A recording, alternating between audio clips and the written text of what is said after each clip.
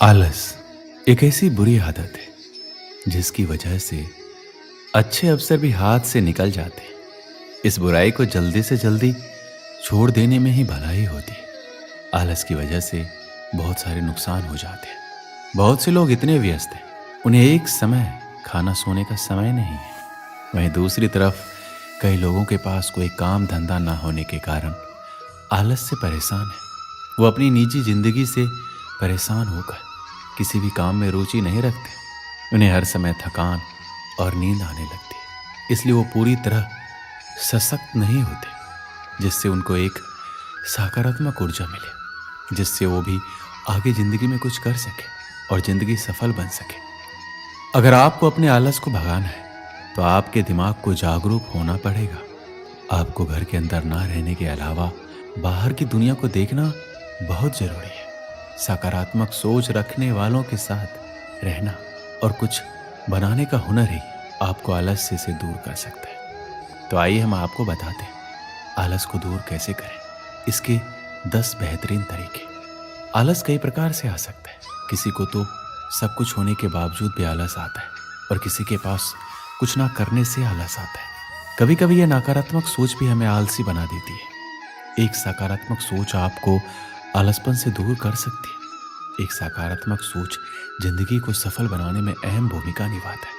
अगर आपका सोच सकारात्मक है तो आपको ना तो आलस से आएगा ना ही नींद, बस कुछ करने की सोच आएगी। सकारात्मक सोच लाने के लिए आप ऐसे लोगों के बीच जाएं जो सकारात्मक सोच रखते हो और वही बात करते हो।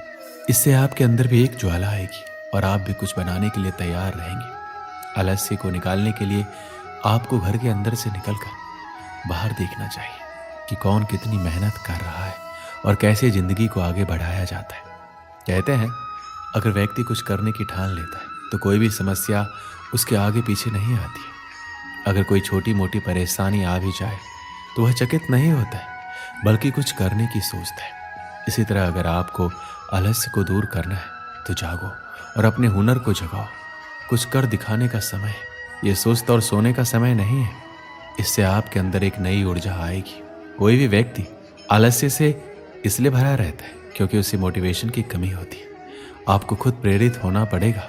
इससे आपका दिल भी कुछ करने का सोचेगा और आपको एक जुनून मिल जाएगा कि जो कुछ मैं कर सकता हूँ। आप अपने काम को बढ़ावा देने या अपने लक्ष्य को प्राप्त करने के महत्व के बारे में पुष्टि और सोच के माध्यम से अपनी प्रेरणा को मजबूत कर सकते हैं। ये सबको पता है कि समय हमारे लिए कितना कीमती है। एक समय में आदमी क्या से क्या कर सकता है, जो कि हम इस आलसपन के वास्ते करते जाते हैं। ये सोचकर चलें कि जितना आप समय खराब कर रहे हैं उतना ही आप अपनी जिंदगी के पैसों को खर्च कर रहे हैं। बहुत बार ऐसा होता है कि हम किसी भी काम के रिजल्ट के बारे में सोचने लगते हैं। सोच नेगेटिव हो तो व्यक्ति का दिल और मन उस कार्य से हट जाता है। परिणाम स्वरूप काम करने का दिल नहीं करता, आलस से भारी होने लगता है।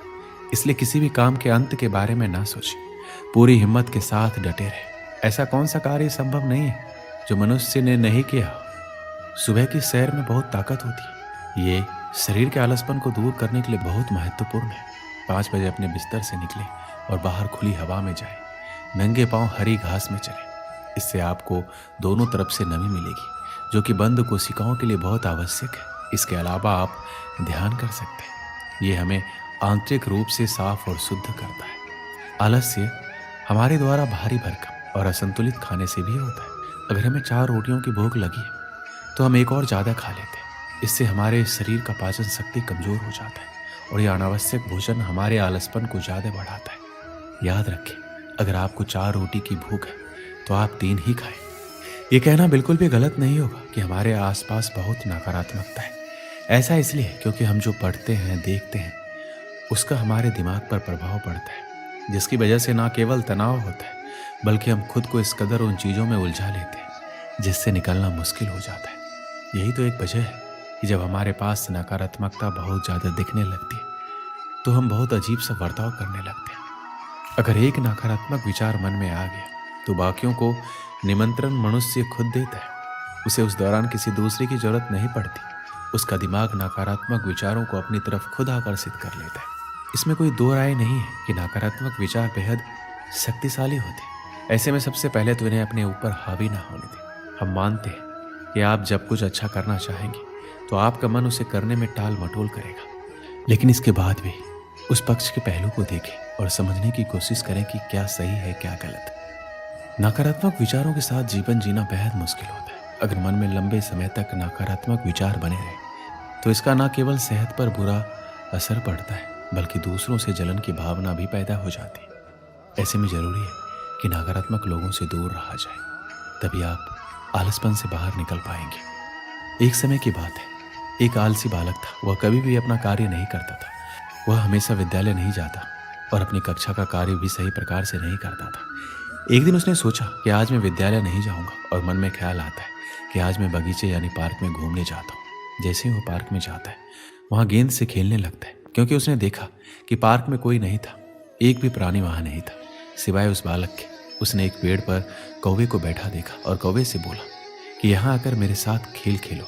तो फिर कौवा कहता है, अरे बालक, इस समय मैं लोगों को उठाने के लिए जा रहा हूँ, मेरे पास बहुत सारे काम है, छुट्टी के बाद तुमसे मिल पाऊंगा। फिर क्या, वो बालक नाराज हो जाता है और बगीचे में कबूतर को देखता है। कबूतर से कहता है, अरे मित्र आओ, मेरे साथ खेल खेलो।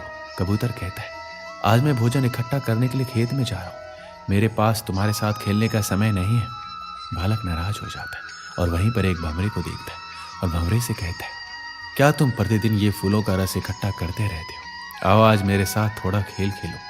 भंवरा कहता है, यदि मैं तुम्हारे साथ खेल खेलूंगा तो फिर मैं फूलों से शहद कैसे इकट्ठा कर पाऊंगा? तुम मुझे माफ़ करो, मैं तुम्हारे साथ नहीं खेल सकता। फिर उसे एक चींटी दिखाई देती है और चींटी उसके भाग्य को खोल देती है और चींटी उसको ये संदेश देती है कि हमें आलस्य बनकर नहीं बैठना चाहिए। वह बालक अपने मन में विचार करता है कि संसार में चाहे पतंग हो, जीव जंतु हो या मानव हो, सभी अपने कार्य में व्यस्त रहते हैं, कोई भी आलसी नहीं है। तो फिर मैं किससे आलस करता हूँ और प्रण करता हूँ कि आज के बाद मैं भी आलसी बनकर नहीं बैठूंगा।